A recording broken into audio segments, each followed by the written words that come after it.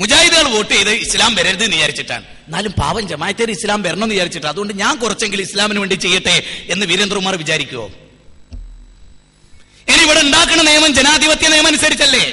അല്ലേ? ആ ഇപ്പൊ കമ്മ്യൂണിസ്റ്റുകാർ, എനിക്ക് അത്ഭുതം തോന്നിയെന്നറിയോ, എല്ലാവരും ഒന്നിച്ച് എത്രത്തോളം ചേന്നമംഗലൂർ ജമാഅത്തിന്റെ ഏറ്റവും വലിയ മഹല്, ആ മഹലിലെ ഖത്തീബ് ഖുത്ബ കഴിഞ്ഞിട്ട് നേരെ വീട് വീടാന്തരം കയറിയിറങ്ങി. എന്തിനറിയോ? കമ്മ്യൂണിസത്തിന് വോട്ട് ചെയ്യണല്ലേ മുസ്ലിം ആവൂല എന്ന് പറയാ. ഇപ്പൊ അദ്ദേഹത്തെ പിരിച്ചുവിട്ടതായിട്ടാണ് അറിവ്. ചോദിച്ചു നോക്കി നിങ്ങള്. അദ്ദേഹത്തെ പിരിച്ചുവിടാന്നുള്ള ചർച്ച കഴിഞ്ഞ ആഴ്ച നടന്നിരുന്നു. ഇപ്പൊ എന്തായി എന്നുള്ളത് എനിക്കറിയില്ല. അവിടെ നടന്നതാണ്. പക്ഷെ എന്തുണ്ടായിന്നറിയോ? ജമാഅത്തിന് ഏറ്റവും ശക്തിയുള്ള ചേന്നമംഗലൂർ ഉൾക്കൊള്ളുന്ന കുന്നമംഗലത്ത് കോൺഗ്രസ് ജയിച്ചത്. അതിന്റെ അർത്ഥം എന്താ? ജമാഅത്തേർ ഇത്രയേ ഉള്ളൂ എന്ന് ആലോചിക്കണം. മനസ്സിലായില്ലേ? അപ്പം വളരെ ഗൗരവമായി നമ്മൾ മനസ്സിലാക്കേണ്ട എന്താണ്, ഇതൊക്കെ വെറുതെ ഇങ്ങനെ പറയാൻ. വോട്ട് ആർക്ക് ചെയ്താൽ എന്താ, പാർലമെന്റിൽ എത്തുന്നു വിചാരിക്കും. ഇത് ജമാഅത്തിന്റെ വോട്ട് കിട്ടിയാവുകൊണ്ട് ഇവിടെ നടക്കേണ്ട ഇസ്ലാമിക ഭരണമാണ്.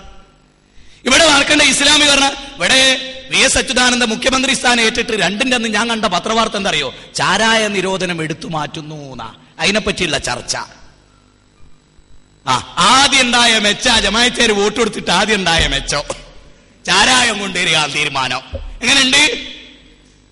എങ്ങനെയുണ്ട്? ഇതൊക്കെ ഒന്ന് ശരിക്കും ആലോചിക്കുക. അതുകൊണ്ട് ഞാൻ ഒരു കാര്യം പറയും. ഒരു കാര്യം ഷെയ്ഖ് സാഹിബ് പറയും, ഈമാനിന്റെ കണിശത ഒരണു മണി, ഒരു സൂചിമുട്ടുള്ളവന് ജമാഅത്ത് പ്രവർത്തിക്കാൻ കഴിയില്ല. ഒരു സൂചിമുട്ട് ഇസ്ലാമിക ബോധമുള്ള ഒരുത്തന് ജമാഅത്തെ ഇസ്ലാമി പ്രവർത്തിക്കാൻ കഴിയില്ല. കാരണം ഒരു മണിക്കൂർ പോലും നീണ്ടുന്ന ഒരു വാദം ഉണ്ടായിട്ടുണ്ട് അവർക്ക് ജീവിതത്തിൽ. മിക്ക സംഘടനക്ക് ഒരു 10 അല്ലെങ്കിലും ഒരു വാദത്തിൽ ഉറച്ചു. ഒരു 10 മിനിറ്റ് അത് നിങ്ങൾക്ക് ഇവിടെ ക്ലിപ്പിങ്ങോട് കൂടി അനസ്മോലെ കാണിച്ചു തരും. തൊട്ടടുത്ത് പറഞ്ഞിട്ട് നേരെ 5 മിനിറ്റ് അങ്ങോട്ട് കഴിയുമ്പോഴേക്ക് അപ്പുറം. എറണാകുളത്ത് ഒന്ന് പറഞ്ഞിട്ട് അവിടുന്ന് ബസ് കയറി ട്രെയിൻ ഇറങ്ങി വേറൊരുത്ത് പ്രസംഗിക്കുമ്പോൾ അതിന് നേരെതിര്. അങ്ങനെ മണിക്കൂറുകൾ കടവിട്ട് ആദർശം മാറുന്ന ലോകത്തിലെ ഏക ഓന്തൻ പാർട്ടി അത് ജമാഅത്തെ ഇസ്ലാമിയാണ്. അതുകൊണ്ട് ജമാഅത്തെ ഇസ്ലാമിക്കാരോട് ഞങ്ങൾക്ക് പറയാനുള്ളത്, കേരളത്തിൽ മുജാഹിദ് പ്രസ്ഥാനത്തിന്റെ ഫലം ഇന്ന് വ്യക്തമാണ്.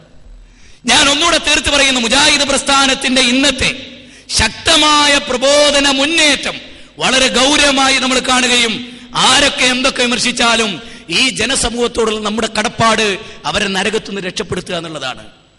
ഷിയായിസത്തിന്റെ പിണിയാളുകളായി ജീവിക്കുന്നവരാണ് ജമാഅത്തെ ഇസ്ലാമിന്ന് ഞങ്ങളുടെ ചില പ്രവർത്തകർ പ്രസംഗിച്ചു.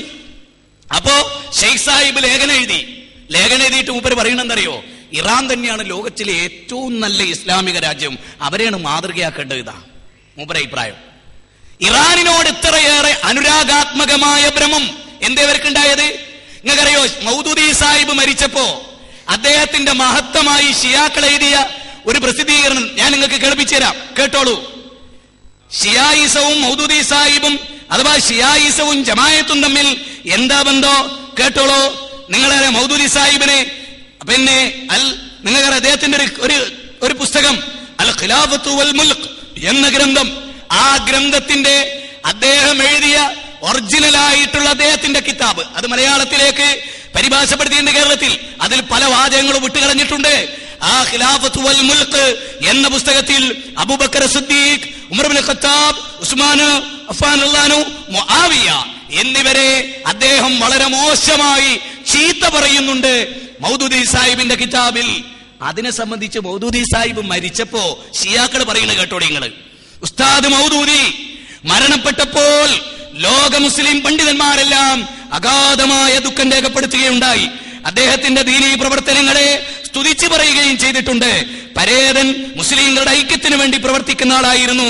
സത്യം തുറന്നു പറയുന്നതിൽ ധീരനുമായിരുന്നു. അദ്ദേഹം തുറന്നു പറഞ്ഞ സത്യത്തെ പറ്റി കേട്ടോളിട്ടോ. അടുത്ത വാചകം, തന്റെ പ്രസിദ്ധമായ അൽ ഖിലാഫത്ത് വൽ മുൽക്ക് എന്ന പുസ്തകം കാലഘട്ടം എത്ര കഴിഞ്ഞാലും അദ്ദേഹത്തിനെ പറ്റി നല്ല ഓർമ്മ നിലനിർത്തും.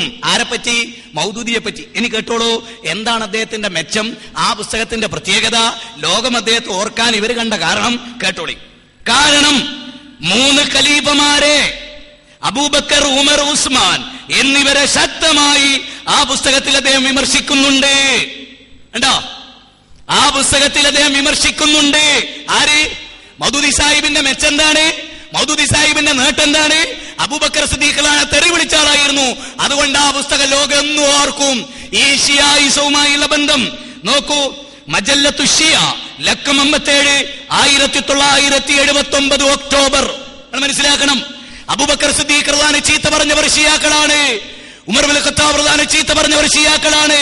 ഉസ്മാൻ അഫ്ഫാൻ റളിയല്ലാഹു ചീത്ത പറഞ്ഞവർ ഷിയാക്കളാണ്. ഷിയായിസവുമായാണ് ജമാഅത്തിന് ബന്ധം. ഇത് ഞാൻ വെറുതെ പറയല്ല. ജമാഅത്തെ ഇസ്ലാമിയുടെ പുസ്തകം ഇസ്ലാമിലെ സാമൂഹ്യ നീതി സയ്യിദ് ഖുത്ബ്, ഇത് ഞാൻ കഴിഞ്ഞ 2 മാസം മുമ്പ് കുവൈത്തിലെ ഒരു പള്ളിയിൽ അവർ വിറ്റപ്പോ വാങ്ങിയതാണ്. ഇന്നും അവരിത് വിറ്റയിക്കുന്നു. സയ്യിദ് ഖുത്ബ് സഹാബികളെ ചീത്ത പറയുന്നുണ്ട്.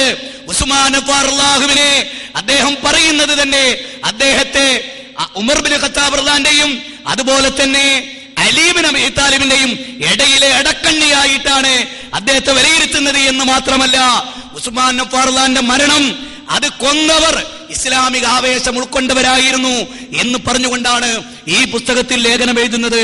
ഇത് ഇന്നും ജമാഅത്തുകാർ വിൽക്കുന്നു, നിഷേധിക്കാൻ അവർക്ക് സാധിക്കില്ല. അതുപോലെ തന്നെ ഷിയായിസം രക്തസാക്ഷ്യം, അലി ശരീഅത്തിയുടെ പുസ്തകം, അലി ശരീഅത്തിയുടെ രക്തസാക്ഷ്യം എന്ന പുസ്തകം, ഇത് സി ഹംസയാണ് വിവർത്തനം ചെയ്തത്, ഇസ്ലാമിക് ഫൗണ്ടേഷൻ. ഇതിന് അവതാരിക എഴുതിയത് ജമാഅത്തിന്റെ നേതാവ് ടി മുഹമ്മദ് സാഹിബാണ്. ആർക്കും നിഷേധിക്കാൻ കഴിയില്ല.